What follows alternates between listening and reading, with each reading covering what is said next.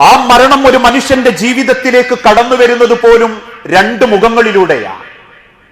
മനോഹരമായൊരു മുഖമുണ്ട്, ഏറെ വേദനിപ്പിക്കുന്ന മറ്റൊരു മുഖവുമുണ്ട്. അതുകൊണ്ടാണ് പ്രവാചകൻ സല്ലല്ലാഹു അലൈഹി വസല്ലമ ഓർമ്മപ്പെടുത്തിയതും നമ്മൾ ആദ്യം തിരിച്ചറിയണം, എല്ലാ മരണത്തിനും വേദനയുണ്ട്. അതെത്ര പെട്ടെന്ന് മരിക്കുകയാണെങ്കിലും, അതെത്ര സമയമെടുത്ത് സങ്കടപ്പെട്ട് മരിക്കുകയാണെങ്കിലും, ഏത് മരണത്തിനും ഉപേക്ഷിക്കാൻ ഒഴിച്ചുകൂടാനാവാത്ത രണ്ട് കാര്യങ്ങളുണ്ട്. അതിലൊന്ന് മരണത്തിന്റെ വേദനയാണ്. ആ വേദന എന്തെന്ന് ലോകത്തൊരാൾക്കും പറഞ്ഞുതരാൻ പറ്റിയിട്ടില്ല. അതെങ്ങനെയാണ് മനുഷ്യനെ സ്വാധീനിക്കുക, അവന്റെ ജീവിതത്തിൽ ആ വേദന എങ്ങനെയാണ് അവനെ അനുഭവിപ്പിക്കുക എന്നൊന്നും ലോകത്തൊരാൾക്കും വിശദീകരിക്കാൻ സാധിച്ചിട്ടില്ല. പക്ഷേ മരണത്തിനൊരു വേദനയുണ്ട്. ഹബീബായ പ്രവാചകൻ സല്ലല്ലാഹു അലൈഹി വസല്ലമ റബീഉൽ അവ്വൽ 12 വഫാത്താകുന്നതിന്റെ നേരം വെളുത്തപ്പോ കയ്യിലുണ്ടായിരുന്ന ഒരു തോർത്തുമുണ്ട്, ഒരു തുണിക്കഷണം റസൂലുള്ള മുഖത്തേക്കിടും. മുഖത്തുനിന്ന് പെട്ടെന്ന് അങ്ങനെ എടുത്തു മാറ്റും. ശ്വാസം മുട്ടലിന്റെ വേദനയോടെ കണ്ണു തുറിച്ച് എന്തോ വെപ്രാളം കാണിക്കുന്ന ഹബീബിന്റെ തലയെടുത്ത് മടിയിൽ വെച്ച് ആയിഷ ബീവി ചോദിക്കുന്നുണ്ട്, മാതാ അസ്വാബക യാ റസൂലല്ലാഹ്, എന്താണ് റസൂലേ നിങ്ങൾക്ക് പറ്റിയത്? ഇക്കഴിഞ്ഞ 12 ദിവസവും സൂക്കേട് ബാധിച്ച് കടന്നിട്ടും നിങ്ങളെ ജീവിതത്തിൽ ഞങ്ങൾ കാണാത്തൊരു വേദന നിങ്ങളുടെ മുഖത്ത് ഞങ്ങൾ കാണുന്നുണ്ടല്ലോ റസൂലേ.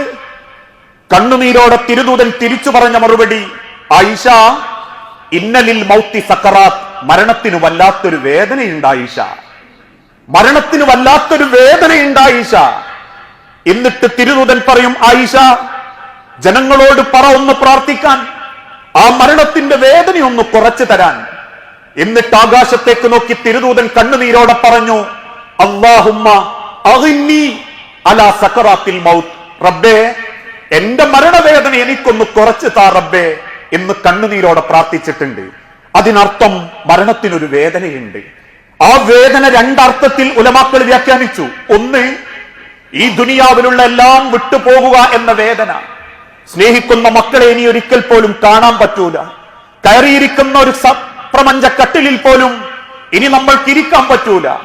ഓടിച്ചിരുന്ന വാഹനത്തിന്റെ ഡ്രൈവിംഗ് സീറ്റിൽ മറ്റേതെങ്കിലും സീറ്റിൽ നമ്മൾ ഉണ്ടാവുകയില്ല.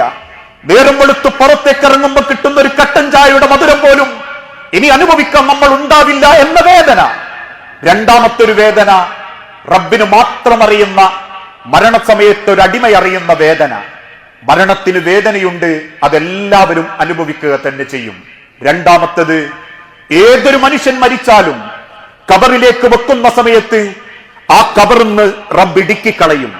ഖബറിന്റെ അരികിൽ നിന്ന് നമ്മൾ പ്രാർത്ഥിക്കുന്ന മൂന്നാമത്തെ തസ്ബീത്തിന്റെ വാക്കങ്ങനെയാ, അല്ലാഹുമ്മ സബ്ബിത്ഹു ഇൻദ സുആൽ, അല്ലാഹുമ്മ അൽഹിംഹുൽ ജവാബ്, അല്ലാഹുമ്മ ജാഫിൽ ഖബ്റ അൻ ജംബി. റബ്ബേ, ഈ ഖബറിന്റെ ഇടുക്കത്തിൽ നിന്ന്, ഭയാനകതയിൽ നിന്ന് ഈ ഖബറാളിയെ നീ കാത്തുകൊള്ളണേ റബ്ബേ.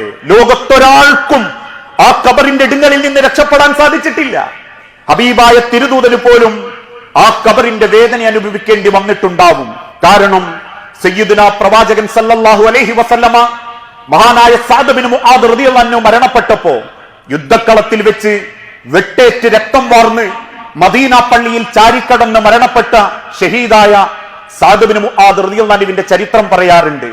ഇസ്ലാമിക ലോകത്തേക്ക് അദ്ദേഹം കടന്നു വന്നത് 30ാമത്തെ വയസ്സിലാണ്. ഇസ്ലാം സ്വീകരിച്ചത് 30ാമത്തെ വയസ്സിലാണ്. 35ാമത്തെ കൊല്ലമാ യുദ്ധക്കളത്തിൽ വെച്ച് അദ്ദേഹം ഷഹീദാവുന്നത്.